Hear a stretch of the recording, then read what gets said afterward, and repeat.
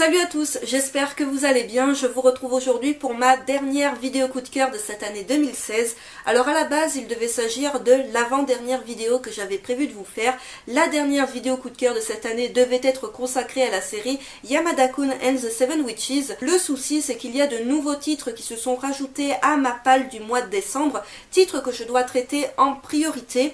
Du coup, je n'ai absolument pas le temps de lire les tomes de Yamada-kun, tout comme je n'ai toujours pas eu le temps de lire les tomes de Parasite. Ce sont du coup deux séries que je vous présenterai en 2017, je ne sais absolument pas quand, mais je préfère reporter à 2017 puisque de toute manière je n'ai pas du tout le temps de les lire ce mois-ci. Il y a beaucoup de sorties que je n'ai pas encore traitées, j'ai encore beaucoup de choses à vous présenter avant cette fin de 2016. Je pense que ça s'entend, je parle très probablement du nez, mais j'ai passé toute la semaine à être malade, du coup je pense que ça s'entend encore un petit peu. Bref, aujourd'hui je reviens pour vous parler de mon dernier coup de cœur de cette année 2016. Coup de cœur pour une série que je vous ai déjà présentée très brièvement sur ma chaîne. J'ai dû vous la présenter au tout début de sa publication en France.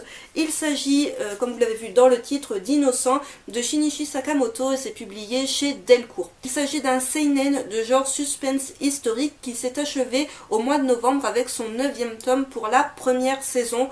Je tiens vraiment à souligner le fait que les 9 premiers tomes de la série constituent la première saison et qu'il n'y a pas réellement de fin à la fin du 9e tome. Innocent Rouge est d'ores et déjà annoncé par les éditions Delcourt pour 2017. Le premier tome sortira le 12 avril et il faut savoir que la saison 2 compte déjà 4 tomes toujours en cours au Japon. Je vais quand même vous parler de cette première saison parce que je voulais vraiment faire une vidéo récapitulative en fait sur la première saison d'Innocent. Bien évidemment que je compte me procurer Innocent Rouge parce que c'est juste pas possible de s'arrêter avec la fin de Innocent. Donc je vais vous parler quand même 3 secondes de Shinichi Sakamoto qui est entre autres l'auteur d'Ascension et de Né pour cogner. Donc bon, il y a d'autres œuvres, moi j'ai retenu que ces deux-là et surtout je n'ai lu que Ascension avant de lire Innocent. Alors l'histoire prend place en France au XVIIIe siècle et tout simplement on va suivre la famille Sanson dont le personnage de Charles-Henri Sanson, vous voyez sur la première de couverture,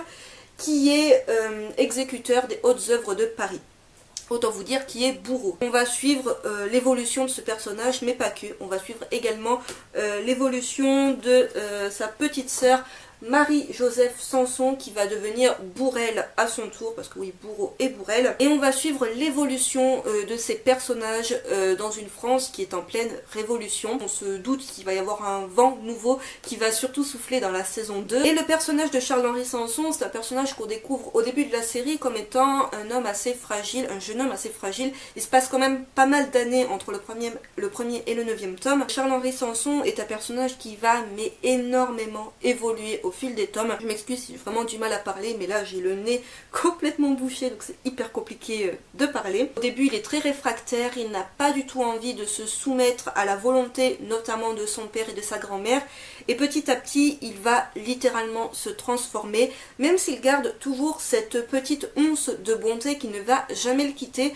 même si à la fin du 9e tome c'est vraiment un tout autre Charles-Henri qui nous fait face, puisqu'on a un personnage qui est beaucoup plus froid, qui est beaucoup plus sûr de ses actes, puisqu'au début les premières exécutions qu'il va faire, il est vraiment peu sûr de lui, il n'a pas du tout confiance, il n'a pas envie d'être là, il n'a pas envie de le faire, et pourtant il a toujours cette volonté d'achever finalement les condamnés de la manière la plus rapide possible, et si possible également sans les faire trop souffrir, ce qui est tout le contraire de Marie-Joseph, qui elle, si elle peut faire en sorte que ça se termine dans un bain de sang, elle ne va pas hésiter une seule seconde. Alors je tiens à dire que ce manga, tout de même, c'est un manga qui n'est pas conseillé aux moins de 16 ans, tout simplement parce qu'il y a beaucoup de violence. On va suivre à travers chaque tome de la série des tas et des tas d'exécutions. Alors on va avoir de la décapitation, sachant que l'histoire prend place avant la création de la guillotine. Du coup, pour décapiter les gens, les bourreaux se servaient de leur épée. Vous vous en doutez, qui dit épée dit qu'il peut y avoir quelques ratages et du coup toutes les exécutions ne se passent pas très bien. Il y a des exécutions qui vont plus ou moins foirer, notamment avec Marie-Joseph Sanson. Du coup on a des décapitations qui se qui se passe plus ou moins bien. On a également, bon, on a des pendus, ça je trouve ça un petit peu plus soft. On a le supplice de la roue, on a des tas de choses, on a notamment un personnage qui va être écartelé, vous savez, avec des chevaux. C'est vraiment terrible, c'est une exécution qui se passe dans le tome, à la fin du tome 2 et dans le tome 3, si je ne dis pas de bêtises. Et c'est une exécution qui personnellement m'a été très très difficile à lire, tout simplement parce que c'est très dur psychologiquement et physiquement parlant d'imaginer ceci. C'est pour cela que vraiment j'insiste sur le fait que c'est une série qui n'est pas à conseiller aux moins de 16 ans et bien évidemment âme sensible s'abstenir, puisqu'on a toutes sortes d'exécutions, on a des effusions de sang un petit peu partout. Donc si vous aimez tout ce qui est violent, sanguinolent, je pense que vous pourrez aimer. Il y a également des scènes de torture, de viol, de sexe, ce genre de choses. Donc vraiment c'est pas un manga que je vais conseiller pour les plus jeunes. Donc le personnage de Charles Henry, c'est un personnage que j'ai beaucoup aimé dès le départ, du fait que justement il va essayer de trouver des techniques pour vraiment se perfectionner dans l'art de l'exécution, pour justement éviter de faire souffrir inutilement la personne.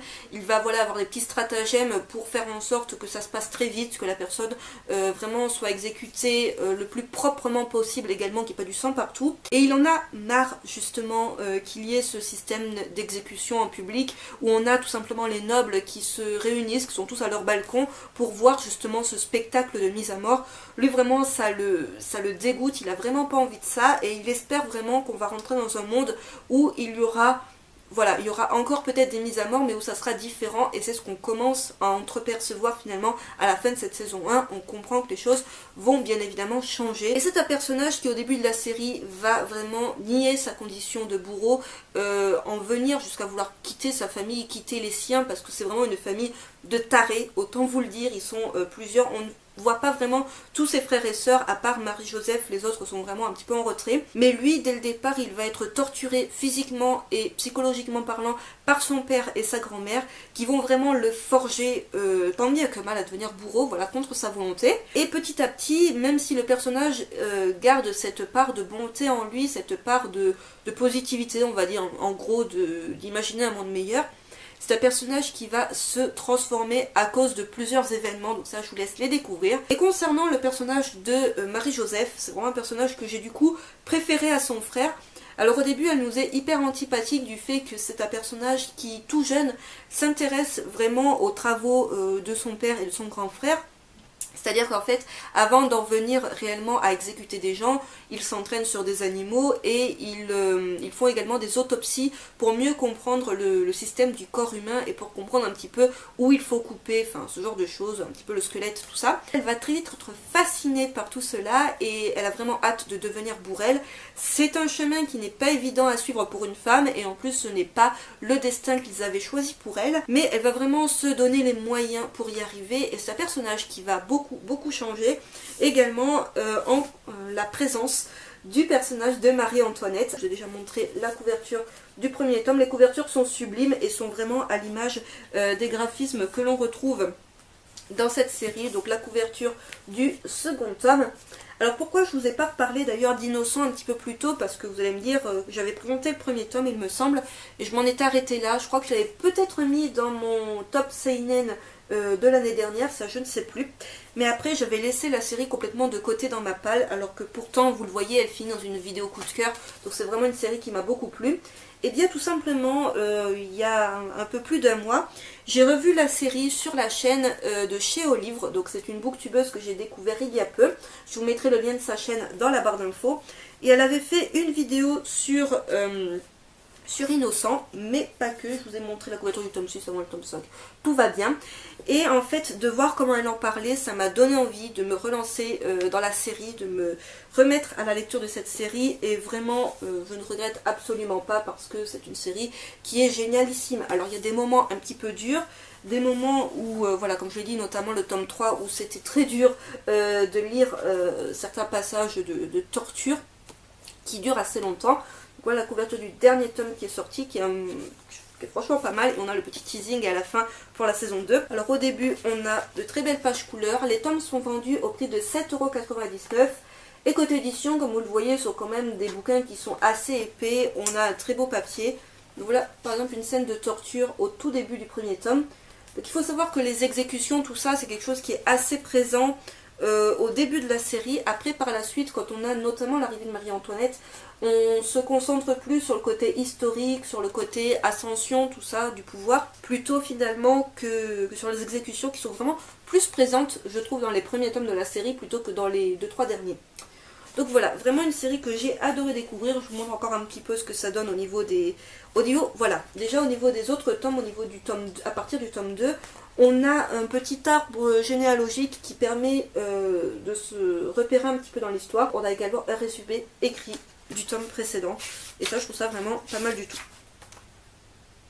Voilà ce que ça donne pour les dessins. Je ne crois pas qu'il y ait d'extrait disponible en ligne. Je chercherai, mais vu que je ne l'ai pas noté, c'est que je pense qu'il n'y en a tout simplement pas.